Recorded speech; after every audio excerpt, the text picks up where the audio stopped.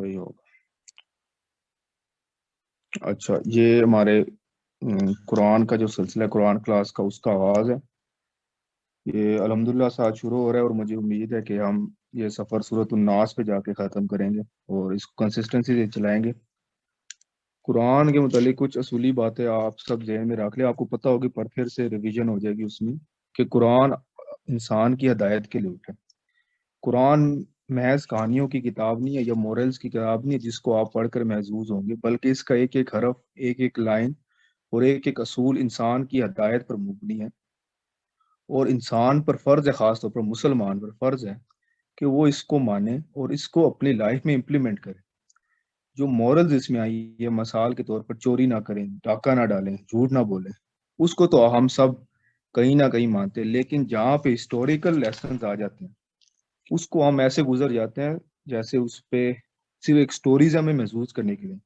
تو آگے جو بھی سٹوریز وغیرہ بھی آئیں گی، جیسے حضرت آدم کا قصہ یا حضرت موسیٰ یا حضرت ابراہیم یا فرعون کا قصہ، تو یا بنی اسرائیل کا قصہ بہت جگہ آئے گا. تو اس کا مطلب یہ ہے کہ جو جو غلطیاں انہوں نے کی وہ ہم نے نہیں کرنی، جو جو خامیاں ان سے ہوئی. تو یہ ایک اصولی باتیں تھیں چھوٹی سی. سو سٹارٹ کرتے بسم اللہ الرحمن الرحیم. سورۃ فاتحہ پہلی سورت ہے قرآن کی، اور یہ واحد سورت ہے جو 2 دفعہ نازل ہوئی ہے جہاں تک مجھے علم ہے. اور اس سورت کی اہمیت کا آپ اندازہ اس بات سے کر سکتے ہیں کہ اللہ کے رسول صلی اللہ علیہ وسلم نے اس کو یہ درجہ دیا ہے کہ جو یہ سورت نہیں پڑھتا اس کی نماز ہی نہیں ہوتی. نماز اس انسان مسلمان کی زندگی کا فرض عین ہے. دن میں 5 مرتبہ فرض ہے، لیکن جس کو یہ سورت نہیں آتی اس کی وہ نماز ہی نہیں ہوتی. اور صحابہ کرام نماز کے ترک کرنے کو کفر سمجھتے تھے. تو اس سارے سینیریو سے آپ اس سورت کی اہمیت کا اندازہ لگا سکتے ہیں. یہ سورت بہت ہی مختصر ہے، 7 لائن پر ہے اور ہر ایک کو آتی ہوگی. یہ ایک ایسی صورت ہے جس کو ہم نے سب سے زیادہ اس کی اہمیت کو نا ہم نے عملی طور پر انکار کیا. ہم اس کو اس تیزی سے پڑھتے ہیں لیکن ان کے معنی کو ہم نے بالکل ہی اگنور کر دیا. سو الحمدللہ آج شروع کرتے ہیں اس کو. بسم اللہ الرحمن الرحیم. الحمدللہ رب العالمین. تمام تعریف اللہ کے لیے جو کہ رب ہے سارے عالم کا. جب بھی ہم کسی شخص کی تعریف کرتے ہیں تو اس کے پیچھے کچھ وجوہات ہوتی ہیں. آپ عام لائف میں بھی دیکھیں، بغیر کسی وجہ کے ہم کسی کی تعریف نہیں کرتے. اگر آپ دیکھیں علامہ اقبال کا، اگر ہم تعریف کر رہے ہیں تو ظاہری بات ہے ان کے جو علمی درجہ، علمی کام ہے، اس کو ہم مانتے ہوئے اس کی تعریف کرتے ہیں. ایک یہ بات ہوگی ہم اس وجہ سے تعریف کرتے ہیں کسی کی علمی برتری کو یا کوئی بھی صفت کو ہم مان کر اس کی تعریف کرتے ہیں. جیسے مولانا طارق جمیل صاحب کا اخلاق کافی مشہور ہے، تو ہم اگر ان کی تعریف کرتے ہیں تو ان کے اخلاق کی وجہ سے یا کسی کے علم کی وجہ سے یا کسی کی بہادری کی وجہ سے. ایک تو یہ وجہ سے ہم تعریف کرتے ہیں، اور دوسری تعریف جو ہم کسی کی کرتے ہیں وہ اس وجہ سے کرتے ہیں کہ اس نے ہمارے ساتھ کوئی اچھائی کی، ہمارے ساتھ کوئی احسان کیا، کہ کسی نے ہم مشکل وقت میں ہماری مدد کر دی، ہمیں کچھ پیسے دے دیے، تو ہم اس وجہ سے کرتے ہیں کہ فلاں بندہ بہت ہی سخی ہے کہ اس نے ہمیں اتنے پیسے دے دی. سو اللہ کی بھی تعریف کسی وجہ کے ساتھ کی جاتی ہے، اور اسی کو یہاں پر بیان کیا گیا کہ جب ہم کہتے ہیں الحمدللہ ہے کہ سب تعریفیں اللہ کے لیے، تو کیوں ہم یہ کیوں کہتے ہیں؟ اس کی اب یہ 2 اصول جو میں نے دیے ہیں اس پہ ان کو ناپتے ہیں. تو آنسر تو آگے ہے کہ رب العالمین، کیونکہ وہ سارے عالم کا رب ہے. ہم اس وجہ سے اللہ کی تعریف کرتے ہیں. ایک اللہ کی آپ علم اور فراست اور حکمت کا لیول دیکھیں کہ جو چیز آپ اٹھا کے دیکھ لیں اس کائنات میں، اس میں آپ کو حکمت ہی حکمت، دانائی اور اتنی علمی لیول آپ کو دکھے گا کہ آپ کی عقل دنگ رہ جائے گی. آپ مائکرو لیول پر دیکھیں کہ ایٹامک ایٹمز میں کتنے کتنے ایٹمز ایک اس میں ہے، ایک کو جو آپ کے ایلیمنٹس میں ہوتے ہیں، اس ایٹمز کو بھی بریک ڈاؤن کر کے نیچے پروٹون اور وہ سارا کچھ. آپ میں سے کیمسٹری کے ساتھ کوئی لطف رکھتا ہو تو آپ کو سمجھ آ جائے کس طرح یہ باریک ریئیکشنز ہوتے ہیں اور انسان کی عقل دنگ رہ جاتی ہے. آپ فزیکل لاز کو دیکھ لیں تو آپ حیران ہو جائیں گے کہ اگر فزیکل لاز میں تھوڑی سی بھی ادھر ادھر ہوا، اگر آپ کے ارتھ کا ٹیمپریچر 2-3 ڈگری سیلسیس اوپر نیچے ہوا ایز اے ہول، تو آپ کا ارتھ کسی کام کا نہیں رہے گا اور جل جائے گا. آپ یونیورس میں جا کے دیکھیں تو گریوٹی اتنی باریک ہے کہ ذرا سی بھی کسی پلانٹ کو ڈیویشن آئے تو یہ ساری گلیکسی برباد ہو جائے. اسی طرح ہی انٹرنل معاملات میں اگر آپ کے جسم کی ٹیمپریچر کچھ ڈگری کچھ سیلسیس، جیسے 97 عام ہوتا ہے، اگر 104 پر چلا جاتا ہے، 105 پر، تو آپ کی ڈیتھ ہو جاتی ہے. آپ کچھ اس طرح آپ اپنے آرگنز کو دیکھ لیں کہ اس قدر دانائی کے ساتھ اللہ نے اس کو سیٹ اپ کیا ہے کہ آپ کی عقل دانگ رہ جائے، جو چیز اٹھا لیں. آپ فروٹس کو دیکھ لیں کہ زمین میں ایک چیز آپ دیکھ لیں کہ ایک سیڈ ہے، چھوٹا سا سیڈ ہے، آپ اس کو آرام سے کچل سکتے. اس میں ڈی این اے کے لیول دیکھیں کہ اربوں خربوں فروٹس اس ایک سیڈ سے نکل سکتے ہیں. آپ انسانی دماغ اس چیز کو سوچئے دنگ رہ جاتا ہے. تو وہ اس بات کا اعتراف کرتے ہوئے تعریف کر بیٹھتے ہیں اللہ کی، اس کے علم کو مانتے ہوئے کہ واقعی اللہ تعریف کے قابل ہے، کیونکہ علمی اور حکمت کے حساب سے وہ بہت ہی بلند تر پر ہے. ایک تو یہ وجہ ہوگی کہ ہم اللہ کو رب العالمین مانتے ہیں، کہ جب بھی ہم اس کے ارد گرد دیکھتے ہیں، اپنے ارد گرد دیکھتے ہیں، ہمیں اس کے کرشمے ہی کرشمے دیکھتے ہیں. بارش کو دیکھ لیں، پانی کو دیکھ لیں، نیز کے اپنے اندر دیکھ لیں، اپنی آنکھوں کو دیکھ لیں. ہر چیز، جو چیز آپ جس زبان سے بولتے ہیں، آپ ایک ایک چیز اس بات کو برابر کراتی ہے کہ آپ اللہ کی تعریف کرنے پر مجبور ہو جاتے ہیں. ایک تو یہ بات ہوگی کہ ہم نے جو کہا تھا کہ اگر آپ علامہ اقبال کی تعریف کرتے ہیں اس کے علمی لیول. اب جو دوسری بات کہ ہمارے ساتھ جو کبھی احسان کرتا ہے تو ہم اس کی تعریف کرتے ہیں. تو آپ اگر اللہ کو دیکھیں تو اللہ نے ہماری پیدائش کی سکیم سے بھی پہلے، اگر لیکن ابھی ہم پیدا ہوئے، ابھی ہم والد والدہ کی کوکھ میں بھی نہیں آئے، اس سے پہلے ہمارے لیے ایسے انتظامات کر دیے کہ ایک ایسا سسٹم بنا دیا ادارہ کہ اس میں ایک بندے کو اس نے ہمارے باہر کی جتنی ہماری ضروریات ہیں، خوراک، پیسہ وغیرہ، ہماری ایجوکیشن کی، سب اس کو دے دی.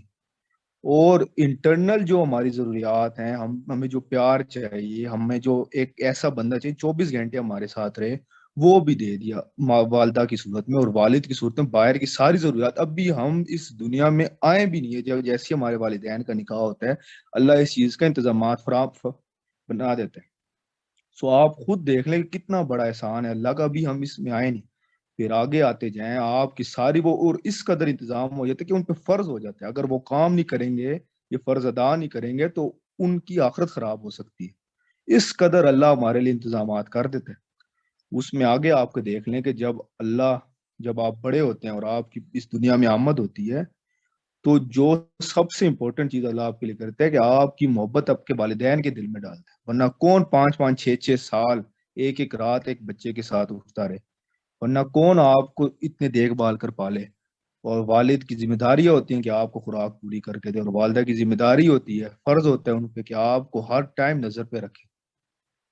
تو یہ وہ لیول کے انتظامات ہیں جو آپ ابھی شعور کو بھی نہیں پہنچے اور اللہ نے کر دی. آپ کو اللہ نے ابھی، آپ شعور کو نہیں پہنچتے، آپ ہل نہیں سکتے، آپ آنکھیں نہیں کھول سکتے، باڈی آپ کی نہیں ڈیولپ ہوئی، آپ کو کھانا کھانے کا طریقہ سکھایا ہو. ورنہ کون آپ کو پکڑ کے سکھاتا؟ آپ چھوٹے سا بچہ ہوتا ہے، اس کو فیڈر دے دینا منہ میں بھی، جو 2 دن کا بھی، وہ خود چوسنے لگ جاتا ہے. سو اس قدر اللہ نے آپ کے انتظامات کیا. ورنہ کون آپ کو سکھاتا؟ اگر وہ محبت نہ ہوتی تو آپ کو دوسرے دن ڈسٹ بن میں پھینک دیتے سارے، نہیں اٹھ سکتا کوئی. وہ محبت ہی ہوتی ہے جو ہمارے والدین کو مجبور کر دیتے ہیں ہمیں بڑا کرنے پر. اس کے بعد دیکھیں کہ ایسا جو سسٹم بنا ہے کہ ہمارے لیے ہر طرح کے انتظامات. پھر آپ دیکھیں کہ آپ کے وہی بات ہوگی کہ آپ کے لیے ایک ایسا سسٹم اللہ نے بنایا ہر لحاظ سے، اکانومی کے لحاظ سے، جو اسلام نے ہمیں دی ہے. ایک ایسا پیور سسٹم ہے کہ آپ ضرور اس میں فلرش کرو گے. وہ الگ بات ہے کہ ہم وہ سسٹم بھول کر آگے نکل گئے ہیں. اور اس کے بعد آپ خود دیکھیں کہ صرف اس زندگی تک محدود نہیں یہ بات، آپ کو مرنے کے بعد بھی اللہ نے جو جو انتظامات آپ کے لیے کیے ہیں.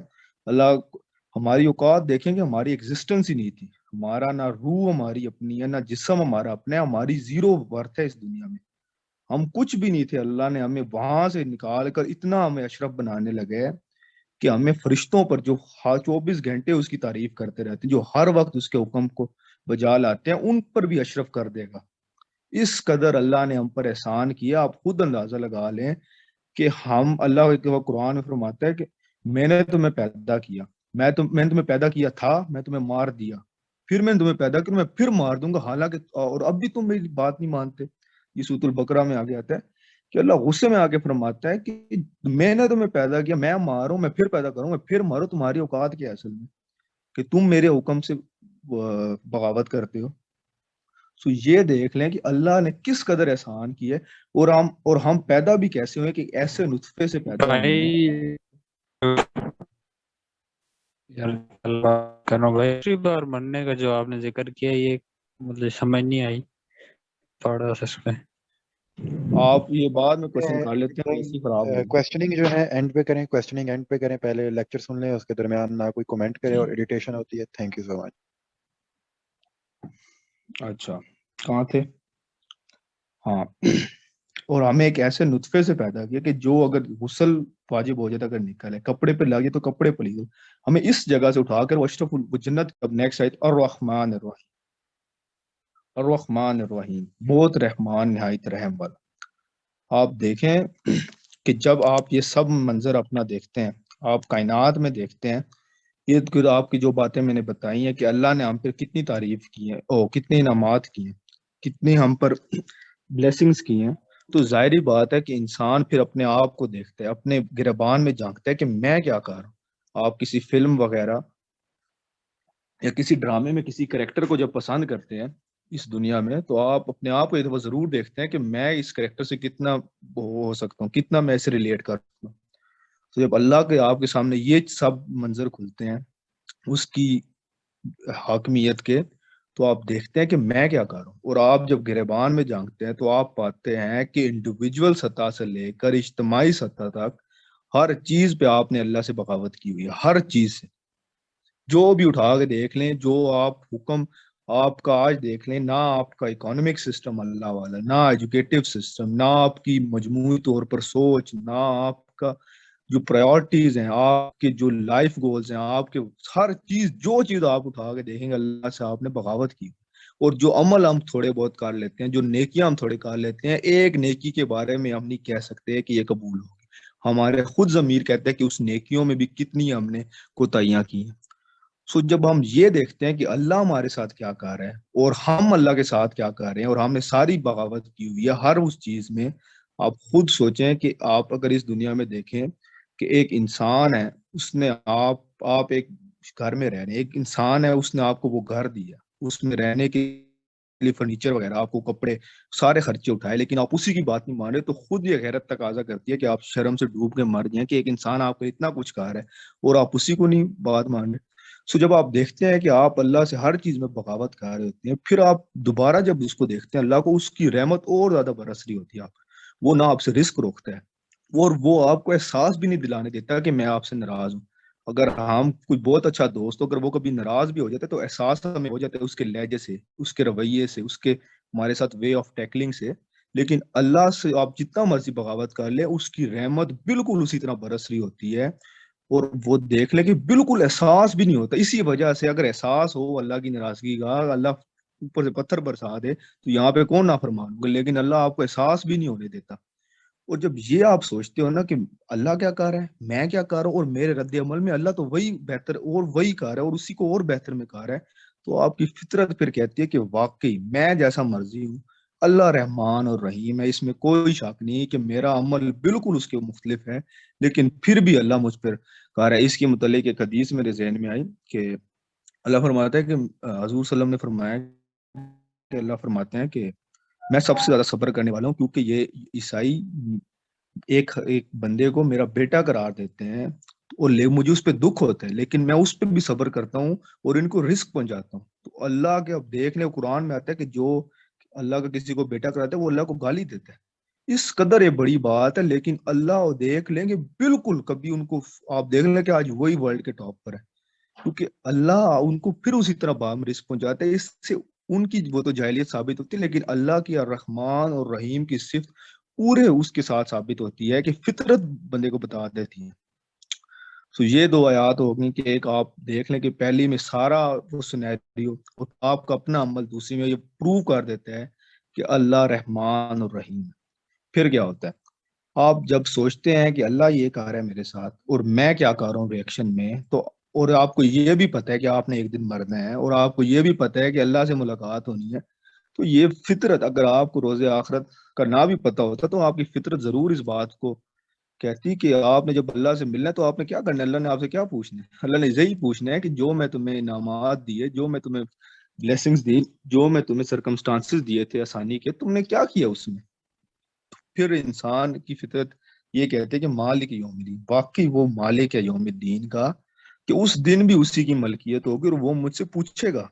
آپ دیکھ لیں یوم الدین جو آخرت کے دن کا، اس کے متعلق ہمارا کیا عقیدہ ہے، وہاں میجر جو تھنگ ہے وہ کیا ہے؟ وہ یہی ہے کہ وہ ہم سے حساب کتاب لے گا، وہ ہمارے ہر اس کا پوچھے گا، ہم سے ہمارے ہر عمل کا پوچھے گا. سو یہ جب تین چیزیں ہوتی ہیں نا، کہ انسان اللہ کی رحمانیت کو دیکھتا ہے، اللہ محدود رحمانیت کو دیکھتا ہے، اپنے عمل کو دیکھتا ہے، اور فیوچر کو دیکھ کے کیا اٹھتا ہے کہ وہ تو اس دن کا بھی مالک ہے، اب میرا کیا بنے گا. تو یہ وہ چیز ہے کہ جس کا عقیدہ، سو یہ وہ پھر وہ اب اس کو ایک مسئلہ مل چکا ہے، کہ اب وہ یہ مسئلے میں پڑ چکا ہے کہ میں کیا کر رہا ہوں، میں جس کو ٹھیک کرنا ہے، اور اس کو یہ بھی پتہ لگ گیا کہ میں نے ایک دن جواب دے بھی ہونا ہے. تو اس کا پھر حل وہ نکالتا ہے کہ وہ حل یہ ہے کہ ایاک نعبد و ایاک نستعین، کہ ہم صرف تیری عبادت کرتے ہیں اور صرف تجھی سے مدد مانگتے ہیں. یہ اس مسئلے کا حل نکل آتا ہے کہ دیکھیں کہ اللہ نے ہمیں سب کچھ، اللہ نے ہمیں دیا ہر چیز، ایون کہ جو سوچ ہم سے، جو روح بھی ہماری اپنی نہیں ہے، ہر چیز اللہ نے دی ہے، اور ہم اللہ سے ہر چیز میں بغاوت کر رہے ہیں، اور اللہ نے ہم سے پوچھنا ہے. تو اس کا حل کیا ہے کہ اب ہم ساری بغاوتیں چھوڑ کر، ساری چیزیں چھوڑ کر صرف اور صرف اللہ کی عبادت کریں، صرف اور صرف اللہ ہی سے مدد مانگیں، نہ اس سے کوئی شریک ٹھہرائیں، نہ پیسے کو گولز بنائیں، نہ اپنے بیوی بچوں کو گولز بنائیں، نہ کسی اور دنیاوی چیز کو، بلکہ اسی کو ایک گول بنائے کہ اس کی رضا کے لیے، اگر مجھے پیسے بھی کمانے ہوں تو میں اس کی رضا کے لیے کماؤں گا، مجھے کہیں دوستی کرنی ہو تو میں اس کی رضا کے لیے، اسی کو پرائیورٹی بنا لیں، اسی کو عبادت کا معیار بنا لے. اگر مجھے محبت کسی سے کرنی ہوگی تو میں اللہ کے لیے محبت کروں، مجھے بغض رکھنا ہوگا تو میں اللہ کے لیے بغض رکھوں گا. یہی عبادت ہے کہ اللہ سٹینڈرڈ ہو آپ کا، ہر چیز آپ اللہ پر بھرکیں کہ کیا اللہ کو یہ پسند ہے، کیونکہ اللہ نے مجھے اتنا کچھ دیا ہے. آپ خود دیکھیں، میں آپ کو ایک ریئل لائف ایگزامپل آپ کو دیتا ہوں کہ جب ایک بڑا بندہ ہوتا ہے، وہ اپنے نوکر کو اس کا گھر کا خرچہ اٹھاتا ہے، اس کے بیوی بچوں کا خرچہ اٹھاتا ہے، ان کی ایجوکیشن کا اٹھاتا ہے، اس کو تنخواہ دیتا ہے، گھر اس کو دیتا ہے رہنے کی. تو وہ جو نوکر ہوتا ہے وہ پھر ہر اس میں سوچتا ہے کہ آیا میرے مالک کا کوئی اس میں دکھ تو نہیں آیا، اس کو غصہ تو نہیں آئے گا، وہ اس پہ پنپتا ہے اس کو. تو کیا ہم، جس رب نے ہمیں ہر چیز دی ہے، تو کیا ہم اس پہ یہ نہیں پنپیں گے، اس کو سٹینڈرڈ نہیں بنائیں گے؟ تو یہ پھر وہ حل انسان تجویز کرتا ہے کہ یہ سارا سینیریو میرے سامنے ہے، اور اس کا حل اب یہ ہے کہ ایاک نعبد و ایاک نستعین، کہ اب سارا کچھ جو کچھ میں بغاوت کرنی تھی اب ہوگی، لیکن اب جو ہے نا وہ میں ایاک نعبد، صرف میں اللہ تجھی سے عبادت کروں گا، تجھی کو سٹینڈرڈ بناؤں گا اپنا، تو ہی سب کچھ، تو ہی ہے ہر چیز. وہ ایاک نستعین، اور مدد بھی صرف تجھی سے مانگوں گا. مدد اسی لیے کہ کیونکہ ساری پاور ہے ہی تیرے پاس، اور میں کسی سے کیا مانگوں گا، اور بھی جس کو کچھ مانگو وہ بھی تیرا ہی دیا ہوا ہے. تو یہ انسان اس مسئلے کا حل نکالتا ہے جو اس کو مالک کی یوم دین، جو آخرت کے دن اس کو پیش آنا ہے، اس کی اپنی حرکات کی وجہ سے، وہ یہ مسئلے کا حل پھر نکل آتا ہے. پھر جب آپ دیکھیں کہ ویسے بھی آج کے دور میں، یا آج کی لائف میں، یا نارمل لائف میں، پھر جب آپ مسئلے کا حل نکال لیتے ہیں نا، کوئی مسئلہ آپ کو پیش آتا ہے اور آپ حل نکال لیتے ہیں، تو انسان کیا کرتا ہے پھر؟ آج مسلمان کیا کرتا ہے؟ وہ دعا کرتا ہے کہ یا اللہ، یہ میرا مسئلہ تھا، یہ میں نے حل نکالا، مجھے اس پہ گائیڈ کر، کہ میں اس پہ صحیح جانے لگا ہوں، مجھے گائیڈ کر، میری مدد کر. کوئی مسئلہ ہے تو وہ مجھے پھر کسی طریقے سے بتا دے. تو یہ دیکھیں انسانی فطرت پہ پورا اتر ہے. اب اگلی آیت کیا ہے؟ اہدنا الصراط المستقیم. وہ اللہ سے مخاطب ہو جاتا ہے، سارا وہ سینیریو اپنے ذہن میں پہلی 3 آیات میں لاتا ہے، چوتھی میں وہ مسئلے کا حل نکالتا ہے جو اس کو پیش آنا ہے، اور 5ویں میں وہ دعا کرتا ہے اللہ سے کہ اے اللہ ہمیں سیدھا رستہ دکھا. وہ اس بات کا اقرار کر چکا ہے کہ میں گمراہی میں تھا، میں بغاوت پہ تھا، اور ہر چیز میں بالکل ہی پاک قریب تھا. لیکن اب میں سمجھ چکا ہوں اس بات کو، اب میں تجھے مالک یوم الدین بھی سمجھ چکا ہوں، اب مجھے مسئلے کا حل بھی پتہ لگ گیا، میں نے تجویز کر لی اپنی عقل سمجھ کو لے کر، اب مجھے سیدھا رستہ دکھا دے. اہدنا الصراط المستقیم، سیدھا رستہ دکھا. اب سوال، صراط الذین انعمت علیہم، ان لوگوں کا رستہ جن پر تیرا انعام ہوا. اب سیدھے رستے کی ڈیفینیشن کو بالکل کلیئر کر دیا گیا ہے کہ سیدھے رستے کو، ہر انسان کے سیدھے رستے کے کچھ اصول ہوتے ہیں، ہر انسان کے ڈفرینٹ ہوتے ہیں.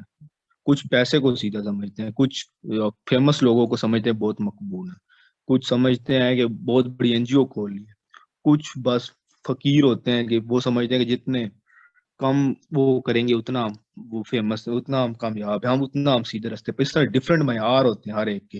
کچھ پاور کو سمجھتے ہیں. تو یہ ایک اسپیس بن چکی تھی جس کو اللہ نے خود ہی کلیئر کری انسان کی فطرت کی آواز کے ذریعے سے، کہ ان لوگوں کا رستہ جن پر تیرا انعام ہوا.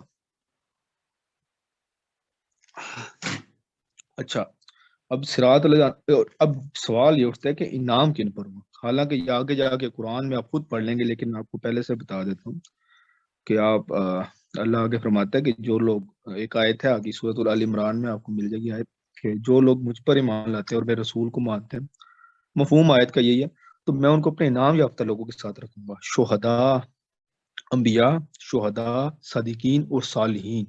یہ وہ چار لوگ ہیں کہ جن پر اللہ نے انعام کا ٹیگ لگایا ہے کہ یہ میرے انعام یافتہ لوگ ہیں، انبیاء، صدیقین، شہداء اور صالحین۔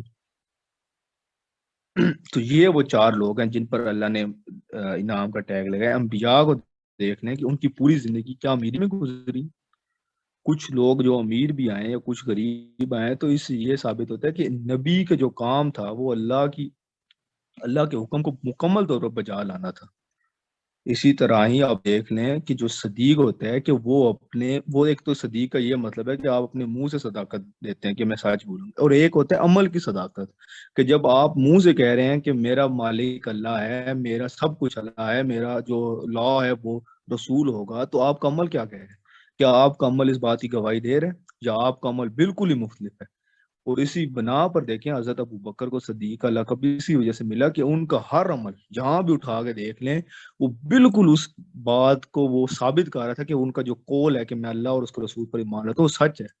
اس طرح حضرت عمر اور حضرت ابو بکر کا قصہ مشہور ہے کہ وہ جہاں غزوہ تھی تو ان کے لیے مال کا مطالبہ تھا سب سے، تو حضرت عمر لے آئے تھے اس زمانے میں کہ میرے پاس بہت مال ہے، تو وہ آدھا گھر کا لے آئے تھے، تو حضرت ابو بکر سے پورا گھر کا لے آئے تو پوچھا گیا تو حضرت عمر فرماتا ہے کہ صرف آدھا میں لے آئے ہوں، آدھا چھوڑ آئے۔ تو حضرت ابو بکر نے اس پہ کیا رپلائی کیا کہ صرف اللہ اور اس کے رسول کا نام گھر پہ چھوڑو، تو بالکل ہی کہ صرف اللہ اور اس کا رسول ہے۔ اسی طرح پھر جب منکرین زکوٰۃ کا ہوا ہے تو سارے اس کے وہ تھے کہ چلو ان کو ابھی ہم چھوڑ دیتے ہیں، ہر جگہ جنگ محاذ کھلا ہوگا، ان کو ابھی چھوڑ دیتے ہیں۔ تو ابو بکر کا قول وہاں پہ کیا تھا کہ جب تک ابھی میں زندہ اور دین میں تغیر و تبدل آ جائے گا۔ اسی طرح ہی جس موقع پر دیکھ لیں آپ، حضرت ابو بکر نے اس کو ثابت کیا، اس کے اصل میں عمل سے ثابت کیا، صرف حضرت ابو بکر نے زبان سے نہیں، صدیق کا مطلب ہے آپ عمل سے ثابت کریں۔ انبیاء ہو گئے صدیق، شہید جو شہادت دے اٹھتا ہے عمل سے، آپ میدان جنگ میں آپ عمل سے ہی سب سے بڑا عمل ہوتا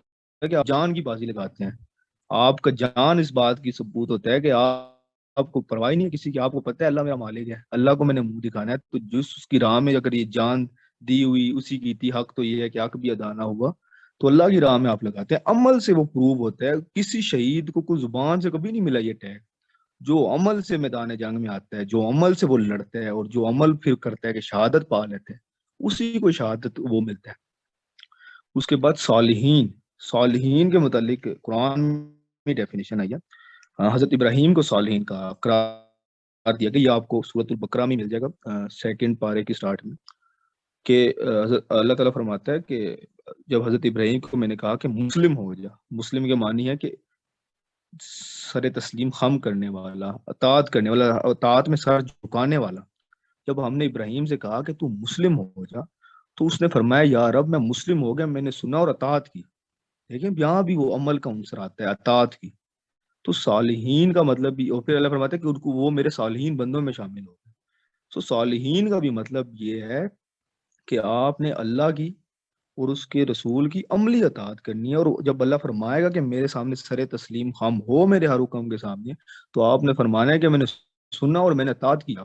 تو یہ وہ چار چیزیں ہیں، یا یہ وہ چار لوگ ہیں، یہ وہ چار کریکٹرسٹک ہیں، یا یہ چار سٹینڈرڈ ہیں جو انعام یافتہ ہونے کے ہیں، اور ان کو ہم دیکھیں گے کہ صراط الذین انعمت، اور ان کے لیے ہم دعا مانگتے ہیں۔ ہم یہ نہیں دعا مانگتے میرا پتی بنا، ہم یہ نہیں دعا مانگتے ہمیں وہ بڑا بنا، بلکہ ہم کہتے ہیں ان کے راستے پر چلا۔ آپ دیکھیں کہ اب جب کبھی ان کے راستے پر چلنے میں آپ کو اگر اللہ کے راستے میں چلنے پر پیسے کی ضرورت ہوگی، تو ظاہری بات ہے انبیاء نے پیسے والے بھی انبیاء ہیں، یا کسی پاور کی ضرورت ہوگی تو انبیاء پاور والے بھی ہیں۔ ان سب میں آپ دیکھ لیں کہ ان پاورفل لوگ بھی تھے، ہر وہی بات آگی کہ بالکل جو سٹینڈرڈ ہوگا نا آپ کسی بھی چیز کا، اگر آپ کو اللہ کے قانون اور اس کے عمل کرنے کے لیے آپ کو پیسہ چاہیے، تو آپ کو پیسہ اللہ کے لیے کمانا پڑے گا، پاور چاہیے تو اللہ کے لیے، آپ کو کوئی دوستی لگانی ہے اللہ کے دین کے لیے تو آپ اللہ کے لیے صرف لگاؤ گے۔ تو یہ چار، پھر غیر المغضوب علیہم ولا الضالین، نہ کہ ان لوگوں کا جن پر تیرا غضب ہوا۔ اور ان کی ہسٹری اب دیکھ لیں، یہاں پہ دیکھیں ان لوگوں کا جن پر تیرا غضب ہوا، ہمیں کیسے پتا چلے گا اللہ کا غضب کن پہ ہوگا؟ یہ وہ جو میں نے بتایا تھا نا شروع میں کہ آپ نے جو سٹوریز آئیں گی ان کو ایسے محظوظ ہونے کے لیے نہیں کرنا، بلکہ ان سے وہ ثابت ہوتا ہے کہ یہ ان لوگوں پر اللہ کا غضب ہوا، انہوں نے یہ کام کیے جن پر تیرا غضب ہوا، یہ قوم عاد، قوم سعود، قوم بنی اسرائیل، قوم نوح، یہ اللہ نے اس سے بچنے کا کہا ہے کہ ان لوگوں سے جب تیرا غضب ہوا ان لوگوں کا رستے پر نہ چلا نہ۔ ہمیں جب رستہ پتہ چلے گا کہ قوم جو شعیب تھی اس نے عدل یہ لین دین کے معاملات میں ناانصافی کی تو ان پر وہ عذاب آ گیا، یہ وہ رستہ تھا جو ان کو لے کر گیا۔ سو جب ہم کہتے ہیں ہم اس رستے پر نہ چلا، مطلب کہ ہم نہیں کریں گے یہ لین دین کے معاملے میں مسائل اس طرح حضرت لوط علیہ السلام کی جو قوم کے ساتھ ہوا، قوم سمود کے ساتھ کہ وہ شرک کرتے تھے، قوم عاد کے ساتھ، قوم نوح کے ساتھ یہ مسئلہ تھا۔ اسی طرح آپ بنی اسرائیل میں اتنے مسائل دیکھ لیں کہ انہوں نے علماء کو اپنا رب بنا لیے، قرآن میں اللہ تعالیٰ فرماتا ہے انہوں نے اپنی کتاب کو پس پوش ڈال دیا، انہوں نے اللہ کی نافرمانی کی، انہوں نے جو اللہ نے حکم دیا اس کے خلاف گئے۔ یہ وہ ساری کریکٹرسٹک ہیں جس سے ہم بچنے کی دعا مانگتے ہیں کہ یا اللہ اس رستے سے بچا، اور وہ رستہ دیکھیں ہم نے دعا مانگی ہے نا اللہ سے ہم نے دعا مانگی کہ انعام یافتہ لوگوں کے رستے پر چلا، اللہ نے ہمیں انعام یافتہ لوگوں کی آگے کہانیاں سنا دی ہیں کہ حضرت موسیٰ، حضرت ابراہیم، حضرت یوسف، حضرت یونس، اور جو بھی حضرت شعیب، حضرت محمد رسول اللہ صلی اللہ علیہ وسلم کہ ایسے لوگ تھے کہ حق کے لیے کھڑے ہو گئے۔ انہوں نے نہیں دیکھا سامنے کیا تھا، کہ قرآن آپ کو اہل حق خود بنا دیتے ہیں، آپ کو خود حق پرست بنا دیتے ہیں۔ ہم نے اللہ سے دعا کی تو اللہ نے آگے یہ ساری وہ ان لوگوں کے کریکٹرسٹک بتا دی۔ ہم نے اللہ سے دعا کی کہ ہمیں ان لوگوں کے رستے پر سے بچا جن پر تیرا غضب ہوا، تو اللہ نے اس کے مقابلے میں ساری وہ ہسٹری بتا دی، سارے اس قوموں کا ذکر بتا دیا کہ جن پر میرا غضب ہوا۔ سو یہ جو سٹوریز آئی ہیں انبیاء کی، وہ اس لیے آئی ہیں کہ یہ ان کے لیے ہم نے دعا مانگی تھی کہ ہم انعام یافتہ لوگوں کے رستے پر چلا، تو اللہ نے ہمیں رستہ بتایا ہے کہ بھرے اس میں محفل میں فرعون کی آپ نے کھڑے ہو جانا ہے موسیٰ کی طرح۔ آپ کا ایمان یہ ہونا چاہیے کہ آپ اللہ کی راہ میں جب چل رہے ہو تو پتہ ہو کہ سامنے سمندر بھی ہوگا تو اللہ مجھے راستہ نکال کے دے گا۔ آپ حضرت یوسف علیہ السلام کی طرح جب اس میں بھی جائیں تو اللہ کو نہ چھوڑیں، جیل میں بھی آپ کے سامنے جو مرضی ہو آپ نے اللہ کو نہیں چھوڑنا۔ پھر جب ہم نے دعا مانگی غیر المغضوب علیہم ولا الضالین آمین کہ غضب سے بچا، تو ان سب قوموں کو آپ نے اسٹڈی کرنا آگے جا کر، اس کو ہم اس میں بھی شامل کریں گے ان سب قوموں کی تباہیوں کا جو ہم لٹریچر تیار کریں۔ میں سوچ رہا تھا بہرحال یہ ساری جو اب آگے آئیں گی نا اس کو آپ نے اس سینس میں لینا، اور آپ اس کے بعد بولا دولین وہ نہ بہکے ہوگا، جو بہک گئے، جو ظالم ہو گئی، سارے ایک ہی اس میں آتے ہیں۔ تو یہ وہ ساری چیز کا خلاصہ ہے، یہ وہ سارے الحمدللہ کا ایک مطلب ہے، ایک ویژن ہے جو ہم نماز میں ہم الحمد رب العالمین الرحمن الرحیم اس طرح پڑھ جاتے ہیں سارے۔ اور یہ نماز میں آپ کو ریفریشمنٹ دیتی ہے۔ نماز اصل میں اکاؤنٹیبلٹی پروسیس ہے۔ نماز دن میں 5 مرتبہ کیوں فرض ہے؟ کہ اللہ نے آپ کے لیے ایک ایسا ماحول بنایا ہے کہ آپ دن میں 5 دفعہ بزی روٹین کے ساتھ فریش ہوتے ہوئے، فجر ٹائم فریش ہوتے ہوئے بس ریوائز کریں، زور ٹائم آپ کام وغیرہ کر کے یا اس کے درمیان ریوائز کریں، عصر ٹائم چھٹی کے بعد، اس طرح مغرب ٹائم عشاء سونے سے پہلے آپ ریوائز کر رہے ہو کہ میں نے کیا چیز اللہ سے مانگ رہا تھا، میں کن مصیبت میں تھا، میں نے کیا عہد کیا تھا، پھر میں نے کیا دعا مانگی تھی، پھر اللہ نے کیا نازل کیا اس کے بدلے میں۔ یہ وہ ساری چیزیں کہ نماز، اس لیے اکاؤنٹیبلٹی کا اردو لفظ ہوگا احتساب۔ آپ اللہ کے سامنے جیسے عدالت ہے اور آپ اس سامنے کھڑے ہو رہے ہیں اور آپ 5 دفعہ دے رہے ہیں۔ آپ خود دیکھیں کہ جو قرآن میں نماز کی طرف چلا گیا موضوع پر بتا دیتا ہوں کہ اللہ رسول صلی اللہ علیہ وسلم فرماتے ہیں کہ نماز بے حیائی سے روکتی ہے۔ کس طرح روکتی ہے نماز بے حیائی سے؟ نماز تو آپ کو پکڑ کے نہیں لے کے جاتی، لوگ نماز پڑھ رہے ہوتے ہیں اور پھر بے حیائی بھی کر رہے ہوتے ہیں۔ وہ کیا چیز ہے جو روکتی ہے نماز؟ وہ یہ اکاؤنٹیبلٹی پروسیس ہے کہ 5 دفعہ آپ دن میں اللہ کے سامنے کھڑے ہو کر اپنے جو آپ کے گناہ ہیں، آپ کے جو اعمال ہیں، نیک اعمال یا بد اعمال، ان کو لے کر آپ اللہ کے سامنے کھڑے ہو جاتے ہیں۔ اس کے سامنے آپ کو پتہ ہے کہ اللہ کو سب پتہ ہے جو میں نے کیا ہے، جو میں کروں گا۔ تو آپ کو وہ غیرت نہیں آتی کہ اگر آپ نے ایک گناہ کیا، کسی کے ساتھ آپ نے زیادتی کی ہے، زور ٹائم آپ کھڑے ہو جاتے ہو، آپ کو پتہ نہیں کہ آپ کے اللہ کو پتہ ہے میں نے زیادتی کی، آپ کے دل میں آپ کی نماز نہیں پڑھنی ہوگی اس ٹائم، پھر آپ کہیں نہ کہیں اگنور کر لے تو اصل ٹائم پھر کھڑا ہونا پڑے گا اللہ کے سامنے۔ دل تو آپ کو گواہی دے گا کہ تو نے زیادتی کی اور اللہ کو پتہ ہے کیا منہ دکھاؤ گے. اسی طرح کرتے کرتے آپ ایک دن آپ کو غیرت آ جائے گی تو آپ وہ زیادتی کا بدلہ کفارہ نکال دیں گے. اسی طرح ہی ہر نماز اسی طرح. سو یہ وہ کفارہ ہے، یہ وہ اکاؤنٹیبلٹی پروسیس ہے نماز، اور یہ وہ سارا یہ جو ہے نا، اسی وجہ سے حضور نے فرمایا کہ یہ الحمدللہ جس کی نہیں ہے اس کی نماز ہی نہیں ہے. یہ وہ حدیث مبارک ہے. سو یہ وہ ساری چیزیں جس کو ہم نے، اور آپ جب نماز پڑھ رہے ہیں سو اس کو آپ نے اسی طرح لے کر آنا. جیسے الحمدللہ رب العالمین بندہ پڑھتا ہے نا، کو کچھ دیر رکنے کا بھی حکم ہے حدیث میں کہ کچھ لمحہ آیت کے بعد رکیں. اس میں یہ سوچیں آپ کہ الحمدللہ رب العالمین، ایک سیکنڈ میں ساری جو کہانی میں نے بتائی ہے، یہ جو سارا فلسفہ بتایا کہ رب العالمین کیا کیا اللہ نے ہمارے ساتھ کیا ہوا ہے، پھر یہ سارا ذہن میں لائیں. پھر اور رحمان رحیم پڑھ کر یہ ذہن میں لائیں کہ ہم نے کیا کہا ہوں اللہ کے ساتھ، اور اللہ پھر میرے ساتھ کیا کر رہا ہے. پھر مالک یوم الدین پڑھ کر یہ لیں کہ آگے حساب بھی دینا ہے بھائی، ایسے نہیں چھوٹ جانا. آگے ساری کمپنی کے جو بھی مراد ملے ہمیں، اس کا ہم نے حساب بھی دینا ہے at the end of the day. پھر ایاک نعبد و ایاک نستعین پڑھ کر آپ وہ ریکال کریں کہ ٹھیک ہے اب میں اللہ کی صرف عبادت کروں گا، صرف اسی کا حکم مانوں گا اور صرف اسی سے مدد مانگوں گا. پھر سیدھے رستے کی ریکال ریویژن ہو رہی ہے، صراط الذین انعمت علیہم. پھر آپ انعام یافتہ لوگوں کی ریویژن کر رہے ہیں. یہ ساری وہ ریویژن ہے جو آپ نماز میں کرتے ہیں. اور یہ چیز ہے نماز. نماز ٹکر مارنے کے لیے نہیں ہے، یا آپ کو اللہ کو کوئی ٹکر مارنے کی ضرورت نہیں ہے. آپ کو یہ آپ کے لیے نماز ہے کہ یہ ساری چیزیں ریوائز کر. دیکھو اللہ نے آپ کے لیے، آپ کی ہدایت کے لیے بھی ایک سسٹم بنایا ہے. جو ہم بات کر رہے تھے نا ہمارے احسانات اللہ کے، اتنا بڑا احسان ہے کہ ہمیں بھول نہ جائے کہیں 5 دفعہ ریویژن دن میں. اتنی ریویژن تو ہم اگر ایگزامز کی کر لیں، ہم ٹاپر بن جائیں سارے ہیں، تو اس ایگزام میں ہم کیوں فیل ہو رہے ہیں؟ کیونکہ ہم نے اس کا روح نکال دی. سو آج کا سیشن اتنا ہی تھا.